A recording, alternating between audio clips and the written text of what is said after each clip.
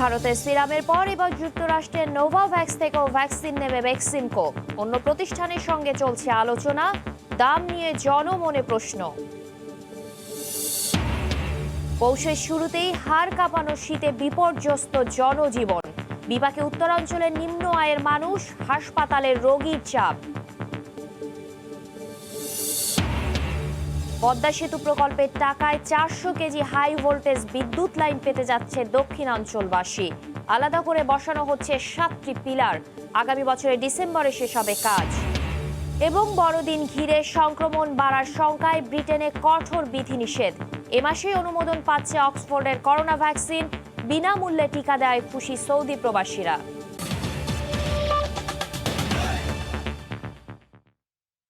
সময় সংবাদের সঙ্গে আছি আমি শাতিলা শারমিন। যশোরের রাষ্ট্রপতি শীতকালীন কুচকাওয়াজ 2020 অনুষ্ঠানে গণভবন থেকে ভার্চুয়ালি অংশ নিয়েছেন প্রধানমন্ত্রী শেখ হাসিনা। সরাসরি চলে যাচ্ছে সেখানে।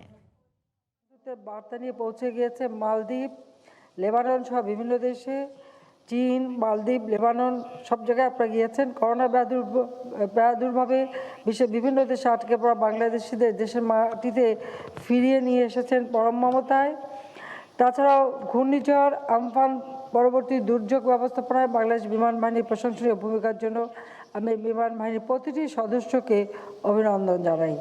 তাছাড়া করোনা ভাইরাসে অসুস্থ রোগীদের ঢাকায় নিয়ে আসা বা তাদের দ্রুত চিকিৎসার ব্যবস্থা সেটাও বিমান বাহিনীর অত্যন্ত দক্ষতার সাথে করেছেন। বিমান বাহিনীর মাধ্যমে বন বিভাগের সহায়তা নিজুম দ্বীপ ও ডোমার চরে ভবিষ্যতে দুর্গম পাহাড়ি এলাকায় উন্নত মানের গাছের বীজ বপনের মাধ্যমে যে সবুজ বিপ্লব সূচিত হতে যাচ্ছে তা দেশের প্রাকৃতিক পরিবেশের ভারসাম্য রক্ষায় ভূমিকা রাখবে। আমি হেলিকপ্টারে করে পাহাড়ি এলাকায় এবং চর এলাকায় বীজ ছড়ানোর কাজ যখন প্রথম সরকারি ছিলাম তখনই শুরু করেছিলাম। তো বিমান বাহিনী এখন সেটা করে যাচ্ছে, সেজন্য ধন্যবাদ জানাচ্ছি। তাছাড়া হিমছড়িতে আটকে পড়া আমাদের কয়েকজন ছাত্রকে আমাদের বিমান বাহিনী উদ্ধার করেছে, সেজন্য তাদেরকে আমি ধন্যবাদ জানাই এবং অত্যন্ত দক্ষতার পরিচয় দিয়েছে যে হেলিকপ্টার না নেমেও তাদেরকে খুব দক্ষতার সাথে উদ্ধার করে নিয়ে আসা হয়েছে। প্রিয় ক্যাডেটবৃন্দ, বাংলাদেশ মহান মুক্তিযুদ্ধের মধ্য দিয়েই আমরা স্বাধীনতা অর্জন করেছি, লাখো শহীদের রক্তের বিনিময়ে। এদেশের স্বাধীনতা সার্বভৌমত্ব রক্ষা করা, দেশের মানুষের কল্যাণ করা, সার্বিক উন্নতি করা, এটাই আমাদের লক্ষ্য। বাংলাদেশকে আমরা ক্ষুধামুক্ত, দারিদ্র্যমুক্ত, উন্নত, সমৃদ্ধ বাংলাদেশ হিসেবে গড়ে তুলতে চাই। কাজে আমাদের বিমান বাহিনীর প্রতিটি সদস্য এবং বিশেষ করে আমার নবীন ক্যাডেট যারা, সবাইকে আমি এটিও বলবো যে আমরা যুদ্ধ করে বিজয় অর্জনকারী একটি দেশ, একটি জাতি, সে কথা সবসময় মাথায় রেখে, মনে সাহস রেখে, মাথা উঁচু করে বিশ্ব দরবারে চলতে হবে এবং নিজেদেরকে প্রশিক্ষণের মাধ্যমে উপযুক্ত করে গড়ে তুলতে হবে। কারণ আমরা সেই সাথে সাথে আজকে শান্তিরক্ষা বাহিনী, জাতিসংঘের শান্তিরক্ষা বাহিনীতে অংশগ্রহণ করি। সেখানেও বিভিন্ন দেশেরও আমাদের সদস্যরা আসে, বিমান বাহিনী, নৌবাহিনী, সেনাবাহিনী, সকলেই। তাদের সঙ্গে আমাদের তাল মিলিয়ে চলতে হবে, কোনো দিক থেকে বাংলাদেশ যেন কোনো কিছুতে যেন পিছিয়ে না থাকে, সেদিকে লক্ষ্য রেখেই যা যা দরকার আধুনিক প্রযুক্তি ব্যবহার করা আমরা সেটা করে যাচ্ছি। কারণ সেভাবে নিজেদেরকে গড়ে তুলতে হবে। বিমান বাহিনীর এই অনন্য প্রশিক্ষণের সুযোগ কাজে লাগিয়ে আমি ক্যাডেটদের বলবো যে তোমরা নিজেদেরকে এমনভাবে গড়ে তুলবে যেন আমাদের এই বাংলাদেশ তোমাদের মতো তরুণদের কাছে যে প্রত্যাশা করে সেটা তোমরা পূরণ করতে উপযুক্ত হয়ে গড়ে তুলবে এবং সেটার জন্য তোমাদের আমি আন্তরিক অভিনন্দন জানাই এবং দোয়া করি যে তোমরা ভালো থাকো, সুস্থ থাকো এবং দেশের জন্য কাজ করে যাও। তাছাড়া বিমান বাহিনীর সকল নবীন কর্মকর্তাদের কাছে আমি এটু বলবো যে কিছুক্ষণ আগে জাতির পিতা ভাষণ আমরা শুনেছি। তিনি নবীন ক্যাডেটদের বলেছেন যারা নবীন কর্মকর্তা হতে যাচ্ছেন, অর্থাৎ জীবনের একটি পর্যায়ে, প্রশিক্ষণের পর্যায়ে শেষ করে এখন দায়িত্ব নিতে যাচ্ছেন। সেই দায়িত্ববোধ, দেশপ্রেম এটা থাকতে হবে, আর সেই সাথে সাথে আত্মবিশ্বাস থাকতে হবে এবং জাতির পিতার যে নির্দেশনা, যে কথাগুলি, যে বক্তব্যগুলি, সেটা সবসময় মনে রাখতে পারলে আমি মনে করি নিজেদেরকে জীবনে সততার সাথে, নিষ্ঠার সাথে প্রতিষ্ঠিত করতে পারবে এবং দেশকেও অনেক কিছু দেবার সুযোগ পাবে। এই যে আমি তোমাদের সবাইকে আবারও অভিনন্দন জানাই। আমরা ইতিমধ্যে আমাদের দেশকে এগিয়ে নিয়ে যাচ্ছি। আমরা জাতির পিতার জন্মশতবার্ষিকী উদযাপন করছি। যদিও আমাদের যে আকাঙ্ক্ষা ছিল যে জন্মশতবার্ষিকী আমরা ব্যাপকভাবে করব, করোনার কারণে সেভাবে পারিনি। আমরা ভার্চুয়ালি এবং ডিজিটাল পদ্ধতিতে যেটুকু করার সীমিত স্বাস্থ্য সুরক্ষা রেখে সেটুকু আমরা করে যাচ্ছি। আর 2021 সালে আমরা স্বাধীনতার সুবর্ণ জয়ন্তী উদযাপন করব। জাতির পিতার জন্মশতবার্ষিকী এবং স্বাধীনতার সুবর্ণ জয়ন্তী আমরা উদযাপন করব। কাজে আমাদেরকে সেভাবেই প্রস্তুতি নিতে হবে যে আমাদের স্বাধীনতার সুবর্ণ জয়ন্তী বাংলাদেশকে সুবর্ণ যুগে নিয়ে যাবে। বাংলাদেশ হবে উন্নত সমৃদ্ধ বাংলাদেশ। ইতিমধ্যে আমরা স্বল্পোন্নত দেশ থেকে উন্নয়নশীল দেশের আমরা উত্তরণ ঘটেছে আমরা পেয়েছি। সেটাকে আমাদের ধরে রেখে সামনের দিকে এগিয়ে নিয়ে যেতে হবে যে এই বাংলাদেশ হবে ক্ষুধামুক্ত, দারিদ্র্যমুক্ত, উন্নত সমৃদ্ধ সোনার বাংলাদেশ, যে বাংলাদেশের স্বপ্ন জাতির পিতা দেখেছিলেন। কাজে এই বাংলাদেশকে আমরা উন্নত সমৃদ্ধ ক্ষুধামুক্ত দারিদ্র্যমুক্ত বাংলাদেশ হিসেবে গড়ে তুলব। সোনার বাংলা জাতির পিতার সেই স্বপ্ন ইনশাআল্লাহ আমরা পূরণ করব। আর 2041 সালের মধ্যেই বাংলাদেশ হবে উন্নত দেশ। 2100 সাল পর্যন্ত আমরা পরিকল্পনা দিয়ে যাচ্ছি, ডেল্টা প্ল্যান। কাজে 41-এর যারা উচ্চ পর্যায়ের কর্ণধার, আজকের নবীন কর্মকর্তারা তোমরাই হবে সেই কর্ণধার। তোমরাই আমার 41-এর সৈনিক। সেইভাবে নিজেদেরকে গড়ে তুলবে, দেশকে ভালোবাসবে, মানুষকে ভালোবাসবে। দেশ ও মানুষের প্রতি তোমাদের কর্তব্যবোধ, দায়িত্ববোধ থাকবে, সেটাই আমরা চাই। এবং জাতির পিতার সেই আদর্শ মেনে নিয়ে তোমরা এগিয়ে যাবে ইনশাআল্লাহ। আমরা আর পিছিয়ে থাকব না। আমি খুব আনন্দিত দেখে যে আমাদের মহিলা ক্যাডেটরাও প্রাণবন্তভাবে অংশগ্রহণ করছে। কারণ আমি প্রথম 96 সালে যখন সরকার গঠন করি তখন থেকেই আমাদের সশস্ত্র বাহিনীতে মহিলাদের আমরা যোগ দেওয়ার সুযোগ করে দিই। আজকে তারাও সমান তালে এগিয়ে যাচ্ছে এবং আন্তর্জাতিক পর্যায়েও যথেষ্ট সুনাম অর্জন করছে। কাজে সবাইকে আমার আন্তরিক ধন্যবাদ। আমি বাংলাদেশ বিমান বাহিনী একাডেমির কমান্ড্যান্ট সহ যে সকল প্রশিক্ষক ও সংশ্লিষ্ট ব্যক্তিবর্গ এই করোনা ভাইরাস মোকাবেলা করেও এরই মধ্যে অক্লান্ত পরিশ্রম এবং ঐকান্তিক প্রচেষ্টায় আজকের এই প্রশিক্ষণ সমাপনী কুচকাওয়াজ সফলভাবে সম্পন্ন করছে, সেই জন্য আপনাদের সবাইকে আমার আন্তরিক ধন্যবাদ জানাচ্ছি। নবীন কর্মকর্তাদের কর্মময় জীবনের সাফল্য কামনা করে এবং উপস্থিত সকল সুধীবৃন্দকে আন্তরিক ধন্যবাদ জানিয়ে এবং করোনার সময় সকলে স্বাস্থ্য সুরক্ষা মেনে চলবেন, মাস্ক ব্যবহার করবেন, হাত পরিষ্কার করবেন, হয় সাবান দিয়ে দেবেন অথবা স্যানিটাইজার ব্যবহার করবেন, নিজেকে সুরক্ষিত রাখবেন, অপরকে সুরক্ষিত করবেন, সেই আশা পোষণ করে সবাইকে আবারও আন্তরিক ধন্যবাদ জানিয়ে আমার বক্তব্য এখানেই শেষ করছি। জয় বাংলা, জয় বঙ্গবন্ধু, বাংলাদেশ চিরজীবী হোক।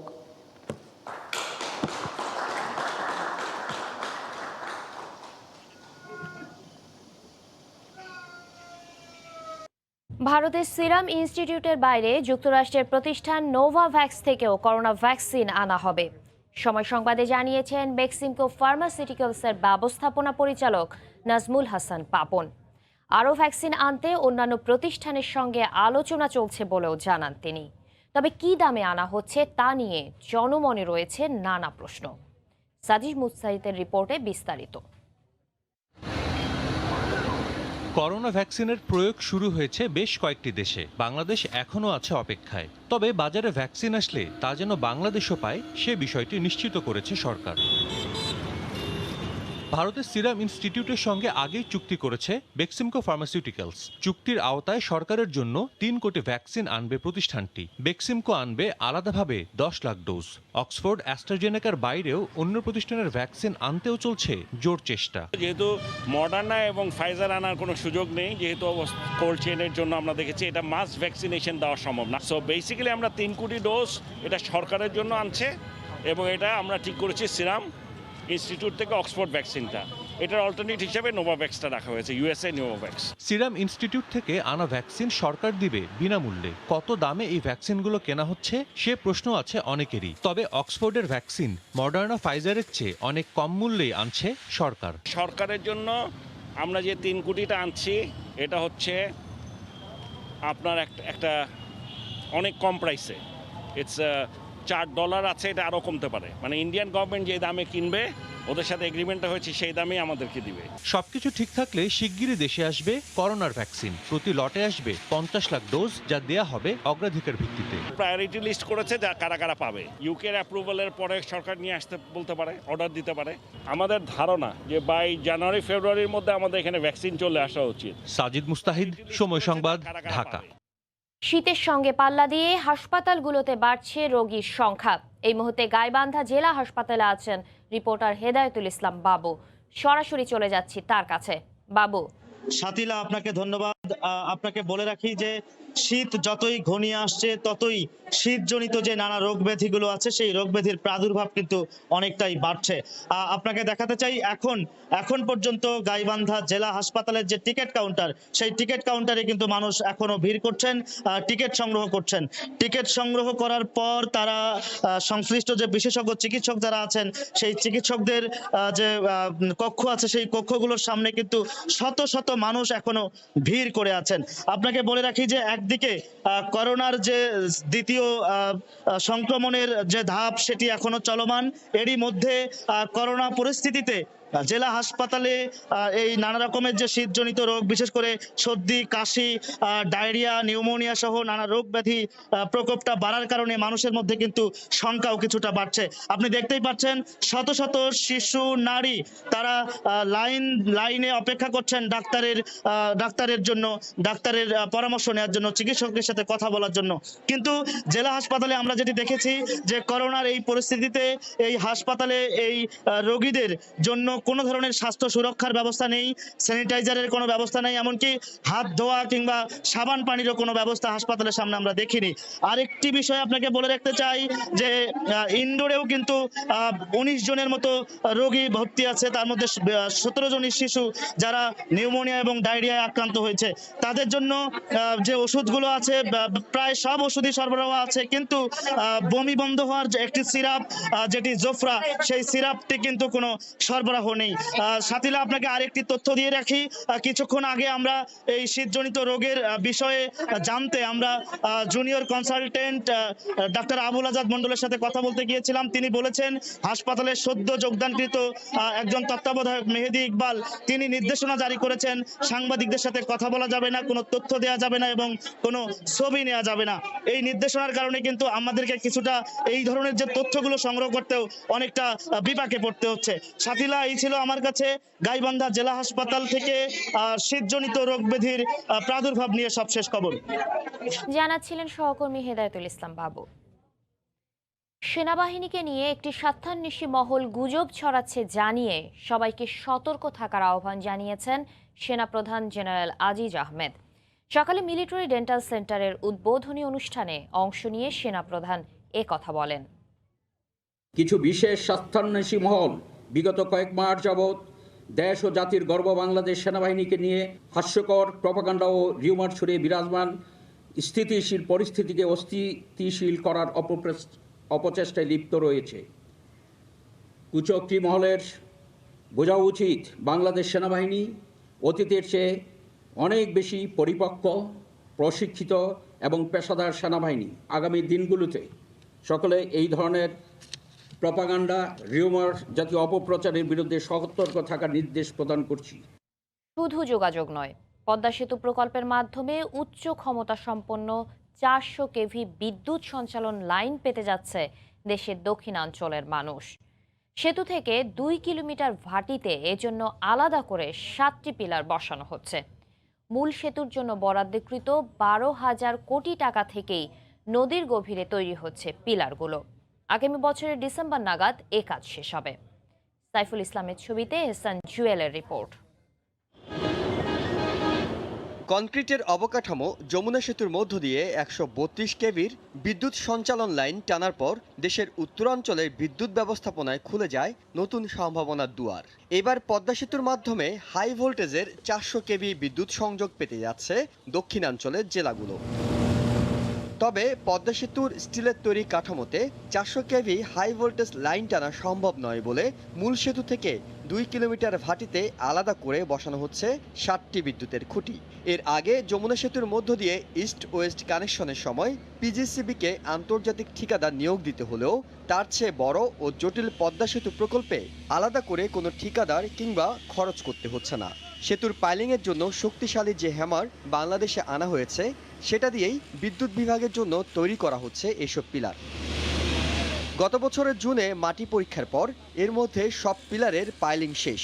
36টি খুঁটির মধ্যে 32টির কনক্রিটিংয়ের কাজও সম্পন্ন।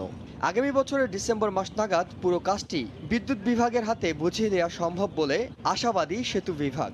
যদিও বিদ্যুৎ বিভাগ থেকে আমাদেরকে অনুরোধ করা হয় সেটা তাড়াতাড়ি এপ্রিলের মধ্যে শেষ করা, আসলে বাস্তব অগ্রগতি আমি দেখে এসেছি সেটা এপ্রিলে হবে না, সেটা আর একটু সময় লাগবে। আমাদের লক্ষ্যমাত্রা আছে ডিসেম্বর 2021-এর মধ্যে ওইটার কাজটিও সমাপ্ত করা। 7টি পিলারে 3টিতে 4টি করে আর 4টিতে 6টি করে মোট 36টি খুঁটি প্রবেশ করাতে হচ্ছে নদীর তলদেশে।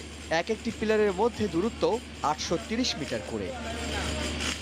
আলাদা কোনো প্রকল্প গঠন কিংবা বাড়তি কোটি কোটি টাকার বাজেট ছাড়াই দেশের বিদ্যুৎ বিভাগ পেল কঠিন কাজের সহজ এক সমাধান।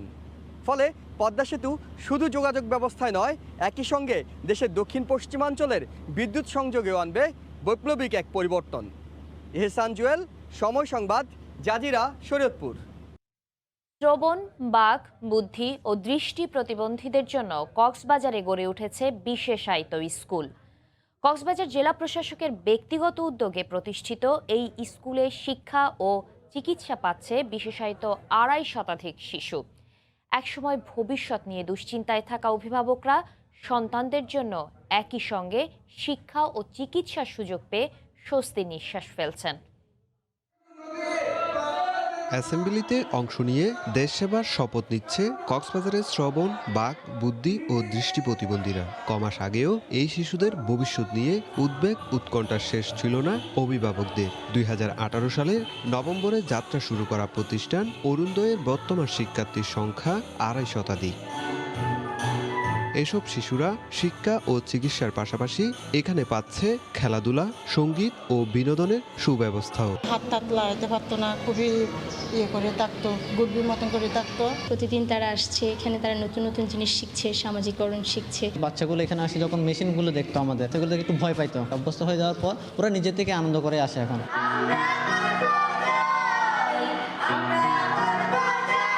প্রতিষ্ঠান প্রধান জানালেন, নানা কর্মসূচির মাধ্যমে শিক্ষকরা শারীরিক ও মানসিক বিকাশ ঘটানোর মাধ্যমে এসব শিশুদের তৈরি করছেন ভবিষ্যতের জন্য।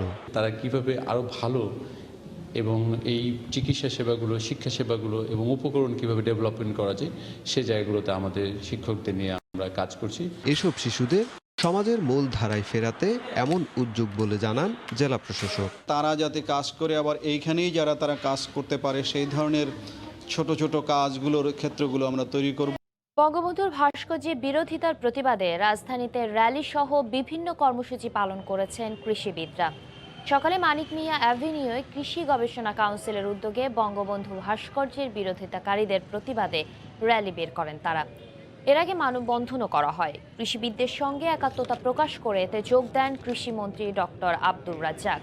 তিনি বলেন, 71-এর পরাজিত শক্তি পরিকল্পিতভাবে বাংলাদেশকে পাকিস্তান বানানোর অপচেষ্টা চালাচ্ছে। প্রয়োজনে এই অপশক্তির বিরুদ্ধে আন্দোলন গড়ে তোলা হবে বলেও জানান মন্ত্রী।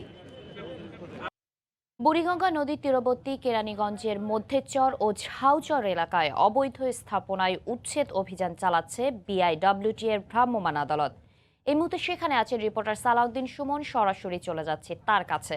সুমন, এই মুহূর্তে কেরানীগঞ্জের মধ্যচরের যে কয়েকটি স্থাপনা গুড়িয়ে দিচ্ছে, দেখতে পাচ্ছেন যে পেছনে যে স্থাপনাটি গুড়িয়ে দেওয়া হচ্ছে এটি হচ্ছে হাজী সেলিমের যে ছেলে, তার একটি এখানে স্থাপনা ছিল, সেটি কিন্তু গুড়িয়ে দেওয়া হচ্ছে। মদিনা মেরিটাইম লিমিটেডের স্থাপনা, সেটি কিন্তু ভেঙে দেওয়া হচ্ছে। এটি 12টার পর থেকে, 12টার কিছু আগে থেকে শুরু হয়েছে এই যে উচ্ছেদ অভিযান সেই উচ্ছেদ অভিযান এবং এই পাশাপাশি কিন্তু এই স্থাপনার পাশে আরও বেশ কিছু স্থাপনা রয়েছে এই মদিনা মেরিটাইমেরই পাশাপাশি এখানে কিছু ঘর বাড়িও রয়েছে এবং এখানে একটি ঘাট রয়েছে যেখান থেকে পারাপারের টোল আদায় করা হয় সেই ঘাটের পাশে যে ব্যারিকেড দেওয়া ছিল সেটিও কিছুক্ষণ আগে ভেঙে ফেলা হয়েছে পাশাপাশি এখানে সিমেন্টের কিছু ব্লক তৈরি করে রাখা হয়েছে অনেক সেগুলো হয়তো সরানোর জন্য বলা হয়েছে এর পাশাপাশি যে পাথর ব্যবসা করা হচ্ছে এখানে অনেক পাথর রাখা হয়েছে যেটা এখান থেকে দেখা যাচ্ছে না কিছুক্ষণ পরে